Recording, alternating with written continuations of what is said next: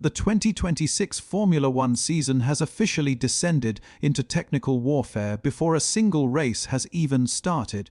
What was supposed to be a day of celebration for the new era of hybrid power has instead turned into an emergency meeting in the Bahrain paddock, with Ferrari, Audi, Honda, and Red Bull powertrains standing in a united front against Mercedes. The controversy centers on the new 16:1 compression ratio limit, a rule designed to attract new manufacturers by making the power units more accessible. But according to high-level paddock insiders and technical protests filed with the FIA, Mercedes has found a way to bypass this limit using a metallurgy loophole that effectively restores the 18.1 performance levels seen in previous years.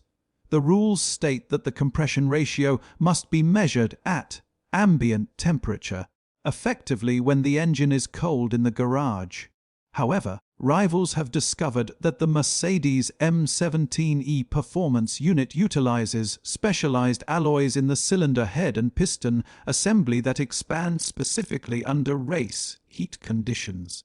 As the engine reaches its 100-degree operating temperature, this thermal expansion effectively reduces the combustion volume, skyrocketing the compression ratio and providing an estimated gain of 0.3 to 0.4 seconds per lap. The Day 1 results from the Bahrain International Circuit seem to confirm the rivals' worst fears. While McLaren's Lando Norris grabbed the headlines by topping the timesheets with a 1:34.669, just 0.129s ahead of Max Verstappen's Red Bull RB22, the true story was hidden in the sector data. Mercedes-powered cars, including the McLaren and the Williams of Alex Albon, showed unprecedented top-end speeds in the final sector, suggesting that their internal combustion engine is far more efficient than the regulations intended. Red Bull's Max Verstappen, who completed a massive 136 laps, hinted at the tension, noting that some cars don't seem to be losing power where they should. The implication is clear.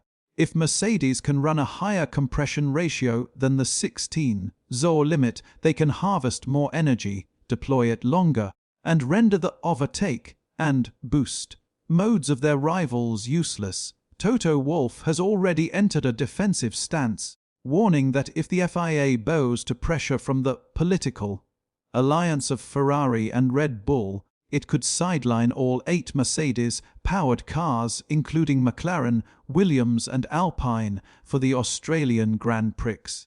He argues that innovation should not be punished, but Williams boss James Vowles has gone further, claiming the situation is already so political that it threatens to overshadow the sport's move to carbon-neutral fuels. The FIA is now facing an impossible choice: allow a potential unfair advantage to stand for the next 5 years, or force a last-minute redesign that could see half the grid fail to start the season in Melbourne.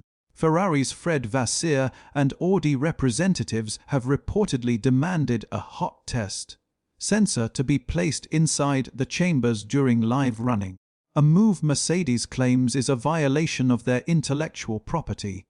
As we move into the final days of Bahrain testing, the suspense is at a breaking point. If a supermajority of manufacturers votes to close the thermal expansion loophole, the 2026 championship fight will be reset overnight. If they fail, we are looking at a repeat of 2014, where one team found a secret that no one else could touch.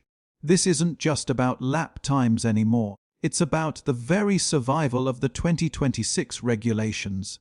Every camera in the pit lane is now pointed at the Mercedes engine cover, waiting for the smoke to clear on a scandal that has already defined the new era. Will the FIA step in, or has Mercedes already secured the 2026 World Championship? The paddock is on fire, the engineers are in a frenzy, and the 16.1 engine war has only just begun. Stay tuned as we bring you the latest leaked documents and telemetry analysis from the desert.